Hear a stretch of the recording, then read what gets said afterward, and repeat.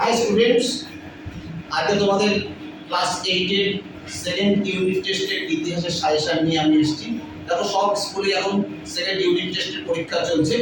August মাসের 3 তারিখ থেকে সব স্কুল শুরু হয়েছে। তোমাদের জন্য আমি তোমাদের সেকেন্ড ইউনিট টেস্টের ইতিহাসের সাজেশনটা বলছি। বঙ্গদার কোচিং সেন্টারের পক্ষ থেকে সুমিত বিশ্বাস অর্থাৎ বঙ্গদা। তোমাদের দেখো, ইতিহাসের ক্লাস 8 এর তোমাদের এবছরের সচরাচর থাকবে হচ্ছে কিনা চতুর্থ অধ্যায়, পঞ্চম অধ্যায়, ষষ্ঠ অধ্যায়। চতুর্থ, পঞ্চম ও ষষ্ঠ অধ্যায় থাকবে। এই চতুর্থ অধ্যায়ের মধ্যে বড় প্রশ্নগুলো বেশিরভাগ পড়ে যাবে চিরস্থায়ী বন্দোবস্তের বৈশিষ্ট্য ও উদ্দেশ্য নিয়ে। এছাড়া পড়ে ব্রিটিশ সরকারের ভারতে রেলপথ নির্মাণের উদ্দেশ্য নিয়ে। আর 3 নম্বর পড়ে চিরস্থায়ী রায়তবাড়ী মহলবাড়ি ব্যবস্থার তুলনামূলক আলোচনা।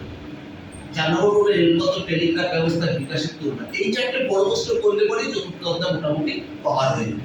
তার সাথে ছোট প্রশ্নগুলো পড়ে যাবে সূর্যাস্ত আইন, আমিনি কমিশন, পদ্মনী প্রথা, দাক্ষিণাত্য হাঙ্গামা, কৃষি বাণিজ্যিকীকরণ, অবশিল্পায়ন, সম্পদের বহির্গমন, ভারতকে ব্রিটিশ সাম্রাজ্যের রত্ন বলে কেন। এই কটা ছোট প্রশ্ন। আর পুরো বই চ্যাপ্টারটা দেখবে, তাহলে তোমরা সমস্ত শর্ট কোশ্চেনগুলো তোমরা অ্যাটেন্ড করতে পারবে। এরপরে দেখো, পঞ্চম অধ্যায় থেকে তোমরা কি করবে? পঞ্চম অধ্যায় থেকে করবে সমাজ সংস্কারের রামমোহন রায়ের ভূমিকা, সমাজ সংস্কার ও নারী শিক্ষা বিদ্যাসাগরের ভূমিকা, সতীদাহ ও বিধবা বিবাহের তুলনা, মুসলমান সমাজে স্যার সৈয়দ আহমেদের ভূমিকা, নীল বিদ্রোহ সাঁওতাল বিদ্রোহের তুলনা এবং নীল বিদ্রোহের কারণ সাঁওতাল বিদ্রোহের কারণ। এগুলো পড়ে গেলে পরে তোমার পঞ্চম অধ্যায়ের সমস্ত বড় প্রশ্ন কভার হয়ে যাবে।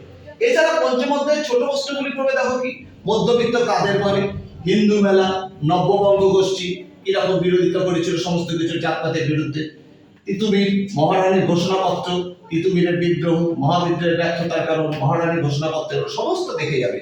দেখবে তোমরা সমস্ত তাহলে পঞ্চম অধ্যায়টাও তোমাদের কভার হয়ে যাবে। এবার আসে তোমাদের ষষ্ঠ অধ্যায়। ষষ্ঠ অধ্যায়ের বড় প্রশ্নের মধ্যে দেখো পড়বে বঙ্গভঙ্গ ও স্বদেশী আন্দোলন, ভেরি ভেরি ইম্পর্টেন্ট, আর চরমপন্থীদের উত্থানের কারণ। এছাড়া দেখতে পারো নরমপন্থী ও চরমপন্থীদের পার্থক্য, আর বাংলার বিপ্লবী কার্যকলাপ। এই কটা বড় প্রশ্নের মধ্যে।